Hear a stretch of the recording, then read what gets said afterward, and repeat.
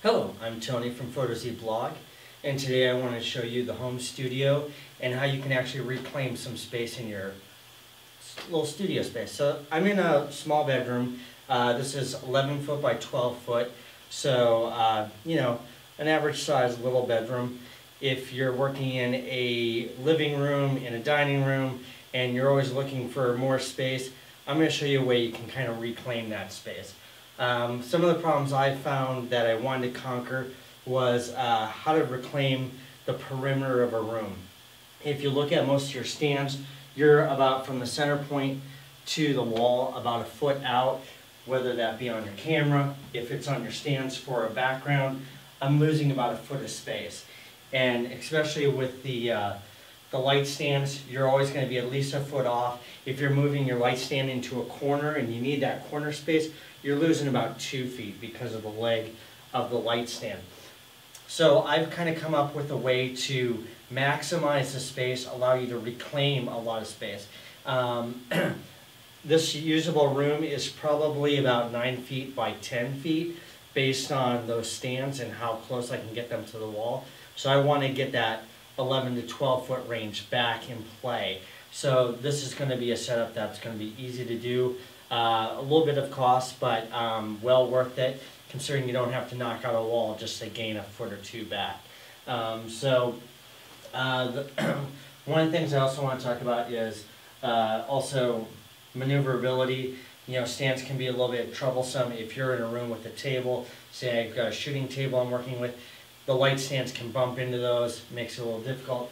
Also with the boom arm, these are awkward to kind of get in position. And so if you don't have it sandbagged and everything, this can tip over easy. I had that actually happen earlier, lost a modeling lamp. Luckily that was the most damage that I had with that.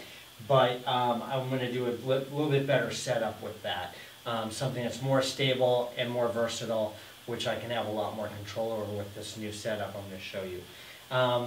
So what we're going to do is essentially, this is what I'm going to use as my foundation. So this is going to take place of my light stands, tripods and such. And what this is a cargo support. They use it, you can use it across the bed of your pickup in order to support cargo so it doesn't slide around. But also they use it in construction to basically put up plastic sheeting for remodeling so dust doesn't blow into other areas and stuff. And it actually expands out to about 9.5 feet, 114 inches. So, but what you want to do is you tighten these up and then you can grip it right into your ceiling, and it's pretty stable. If you're doing this, just don't over crank it, because if you're not hitting a stud, you're liable to pop through your ceiling, and I can't be held responsible for that. So you just got to be careful with them, but they are pretty stable. They flex, but they're not going anywhere, and they can hold the weight. And I've been using them for a little bit, and I'm really happy with the outcome. How I'm getting my lights mounted on there, essentially, I'm using super clamps. These are great, you know, Monfrado makes them. They're about $35. If you go about I'll have links for it, but I found them for 20 bucks. Not quite as good as, you know, the Monfrados, are a little bit less expensive, but they are still solid. They're not plastic or anything. They're all die-cast metal, so I'm pretty happy with them for 20 bucks, and then free shipping there. If you get more than one. And then I'm using these umbrella clamps as a kind of an elbow to offset my lights on here. So, and then anything you put in here, you want to just make sure these are clamped down tight so nothing shifts on you. And once they are, everything becomes stable. So really easy setup. I'm just going to turn this a little bit, and then that way I can sit here, take my lights. I got some alien bees here. Up there, come here, and it just drops on right on to that. So, and if you want to see the back side of that, I can flip that around. So it's just coming here. This, you know, offers the offset, which is nice. Oops.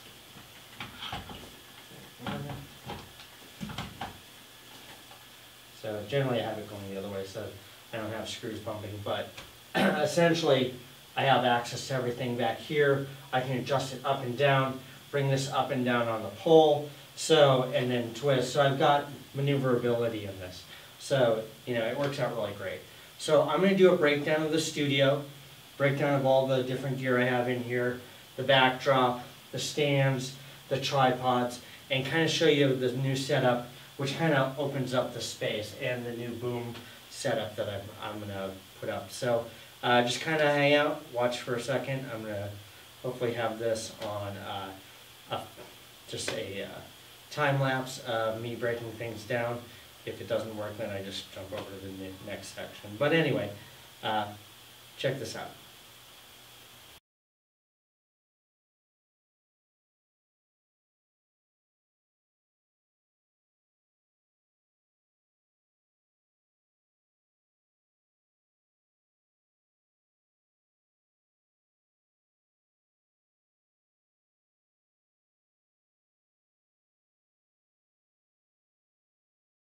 Okay, here it is.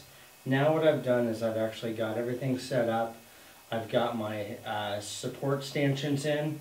Did it for my camera unit and my computer using a Manfrotto double arm, so that got that stuff up out of the way. I've got all my heads basically on separate stands, and I've got this basically boom setup. You might have a hard time seeing it, so let me move this one out of the way here. Over here.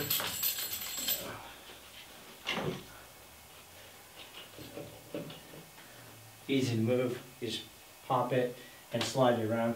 But essentially what I did, you know, it's up to you if you want to do it this way, but I took my boom arm and actually used that as a cross beam, and it allowed me to put my head up here so I can tilt it, shift it around real easy, go back and forth, manipulate it how I need it. I can bring that whole bar down. If I put a big softbox here, if I'm doing tabletop, you know, photography, I can bring a softbox straight down on top of it and have it perfectly flat. Kind of hard to do with the boom arm.